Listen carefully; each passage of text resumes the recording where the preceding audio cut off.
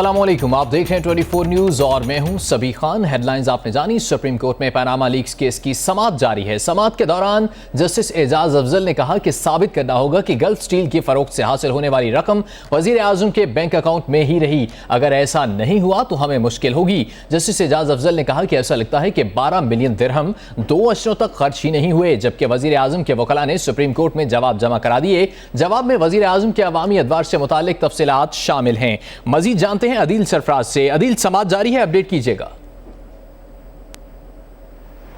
جی بالکل، Panama leaks case کی سماعت آج بھی جسٹس آصف سعید کھوسہ کی سربراہی میں 5 رکنی لارجر بینچ کر رہا ہے، اور اس کیس میں آج اہم پیش رفت ہوئی ہے۔ وزیر اعظم کے جو وکلاء ہیں ان کی جانب سے آج جواب جمع کرا دیا گیا ہے۔ گزشتہ روز وزیر اعظم کے حوالے سے کچھ تفصیلات طلب کی گئی تھی، جو کہ وہ وزیر اعلیٰ پنجاب کب رہے، وزیر کب رہے، صوبائی وزیر، اور اس کے ساتھ ساتھ وزیر اعظم کب رہے، ان تمام تاریخوں کی انہوں نے تفصیلات طلب کی تھی۔ اور آج وزیر اعظم کے جو نئے وکیل ہیں علی خان، ان کی جانب سے مخدوم علی خان کی جانب سے آج یہ تمام تفصیلات سپریم کورٹ میں جمع کروا دی گئی ہیں۔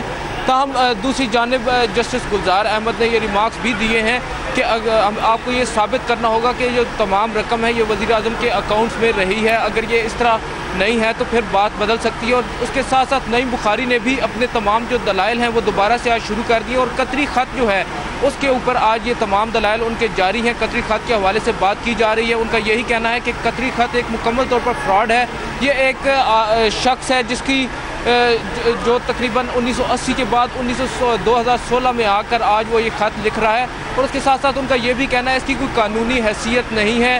جو اس خط کے اندر تفصیلات شامل کی گئی ہیں اس میں کوئی ایسا چیز ثابت نہیں ہوتی۔ جسٹس آصف سعید کھوسہ کا یہ کہنا ہے کہ حسین نواز اور وزیر اعظم کی جانب سے قطری جو خط ہے اس کا کہیں جو ذکر پہلے نہیں کیا گیا، اور اب کیس کی سماعت جاری ہے۔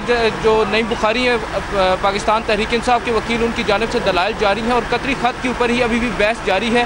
اور اس کے ساتھ ساتھ جو وزیر اعظم کی جانب سے جو تفصیلات تھی وہ بھی فراہم کر دی گئی ہیں کہ کب وزیر اعظم جو ہے پہلی دفعہ کابینہ کے صوبائی کابینہ کے وزیر رہے، وزیر خزانہ رہے پنجاب کے، اور اس کے ساتھ ساتھ اس کے بعد وہ بنے صوبائی جو وزیر اعلیٰ بنے تھے نگران، اور اس کے بعد وزیر اعلیٰ پنجاب رہے، اور اس کے بعد پہلی دفعہ وزیر اعظم بنے، پھر دوسری دفعہ، اور اس ساتھ میں یہ بھی شامل ہے کہ وہ کس تقریباً 3 سال تک جو وہ اپوزیشن لیڈر رہے ہیں قومی اسمبلی میں، اس کی بھی تاریخیں شامل ہیں۔ اور اس کے بعد 2013 میں جب وہ دوبارہ منتخب ہو کر تیسری مرتبہ وزیر اعظم بنے، اس کی تفصیلات بھی انہوں نے جمع کروا دی گئی ہیں۔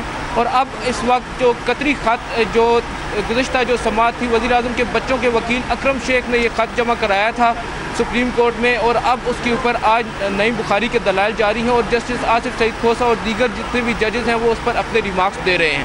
جی عدیل سرفراز، شکریہ آپ کا۔ پاکستان تحریک انصاف کے وکیل نعیم بخاری کے قطری خط پر دلائل جاری ہیں۔ نعیم بخاری کہتے ہیں وزیر اعظم کے کسی بیان میں قطری خط کا کوئی ذکر نہیں ہے، دبئی سے منتقل کی جانے والی رقم کا کوئی ذکر نہیں ہے۔ نعیم بخاری نے کہا کہ قطر میں ہونے والی سرمایہ کاری سے لگتا ہے کہ نئی جائیدادیں خریدی گئیں۔ جسٹس گلزار نے کہا کہ قطری خط میں یہ نہیں لکھا گیا کہ آف شور کمپنیاں السانی کمپنی کی ملکیت ہیں۔ جسٹس عظمت شیخ نے کہا کہ یہ بھی بتانا ہوگا کہ سرمایہ کاری قطر اور جائیداد لندن میں کیسے بنی۔ نعیم بخاری نے کہا کہ ساری جائیداد اور اس سے ایک دادا سے ایک پوتے کو منتقل نہیں ہو سکتی۔ جسٹس اعجاز افضل نے کہا کہ قطری خط کا جائزہ لے رہے ہیں، کسی کے قانونی وارث ہونے کا نہیں۔